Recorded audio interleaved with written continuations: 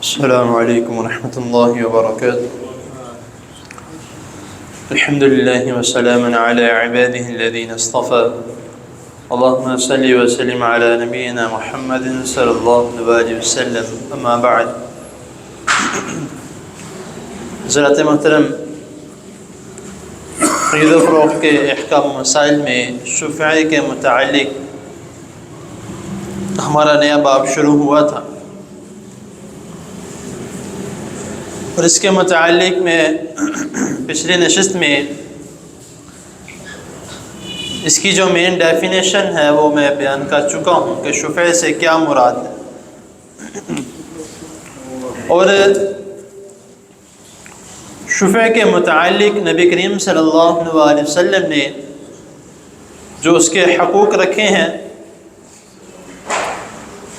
ان حقوق کو اگر پورا نہ کیا جائے، جس طرح میں نے کل کی نشست میں بتایا تھا کہ اگر کوئی بھی چیز آپ نے سیل کرنی ہے، گھر ہے، باغ ہے، کوئی زمین ہے، وہیکل میں سے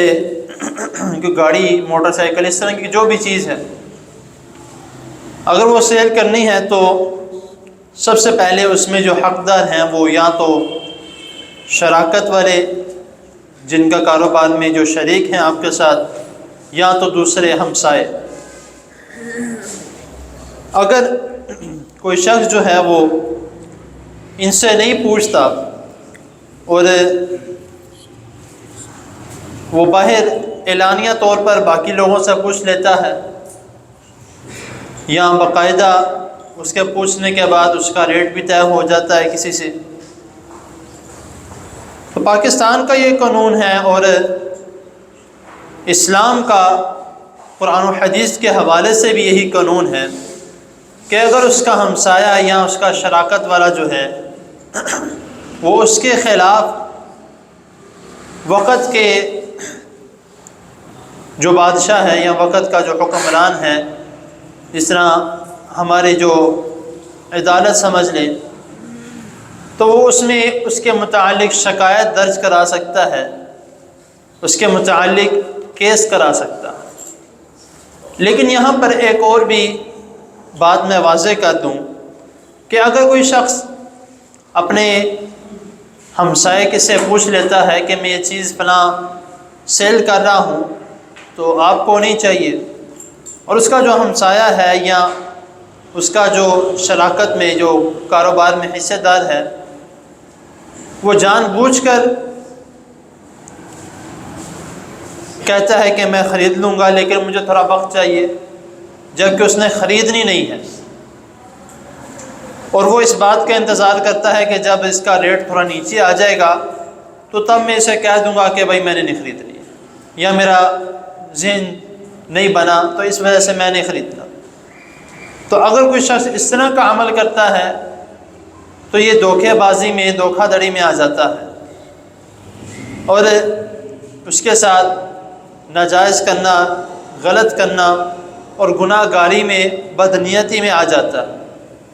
تو اس لیے اگر کوئی شخص ایسا ہے جو اس طرح کے معاملات میں وہ کسی سے پوچھ لیتا ہے اور اس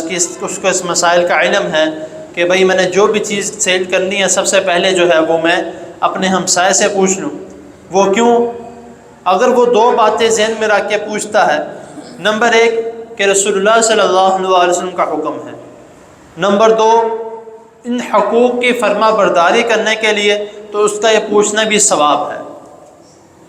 صرف معمولی عمل نہیں ہے، پوچھنا بھی ثواب ہے، کیونکہ نبی کریم صلی اللہ علیہ وسلم کا اسی باب میں اس حدیث کے متعلق بھی ہے کہ جو ہمسائے دار ہیں وہ اس بات میں زیادہ حق رکھتے ہیں کہ ان سے اس کے متعلق سوال کیا جائے۔ اور آپ نے یہ بھی حدیث کئی مرتبہ سنی ہے کہ نبی کریم صلی اللہ علیہ وسلم نے فرمایا کہ جبرائیل علیہ السلام میرے پاس ہمسایوں کے متعلق جس قدر وہ بیانات، جس قدر جو ہے وہ احکامات لے کر آتے تھے، تو مجھے تو یہ گمان ہونے لگا کہ کہیں اللہ تعالیٰ ہمسایوں کو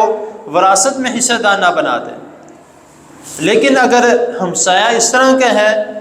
کہ وہ جان بوجھ کر اپنے ہمسائے کے ساتھ غلط کرتا ہے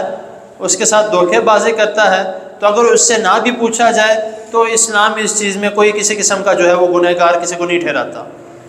کیونکہ جب اس شخص کے متعلق علم ہو جائے تو اسی لیے نبی کریم صلی اللہ علیہ وسلم نے ہمیشہ اس بات کی بھی دعا کرنے کا کہا ہے کہ اپنے لیے دعا کرو کہ تمہارا ہمسایہ اچھا ہو، کیونکہ جب ہمسایہ اچھا ہو تو ظاہر سی بات ہے اس جگہ پہ رہنے کا سکون بھی ہے، اس جگہ پہ رہنے کا ایک امن کی بھی ہے،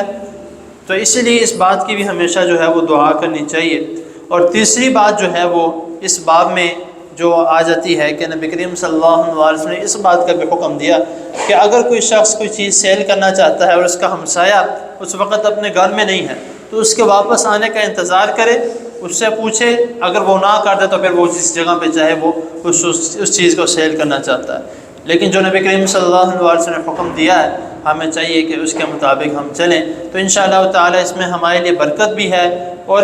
قرآن و حدیث کے مطابق عمل کرنے کی وجہ سے، اس میں فرما برداری کرنے کی وجہ سے اس میں ہمارے لیے ثواب بھی ہے اور برکت بھی اور رحمتیں بھی ہیں، تو اسی لیے ہمیشہ جو ہے اس کے مطابق چلنا چاہیے۔ تو اللہ تعالیٰ کی حضور دعا ہے اللہ تعالیٰ ہمیں جو سنا ہے اس کو سمجھنے کے، اس پر عمل کرنے کی توفیق عطا فرمائے۔ جزاکم اللہ۔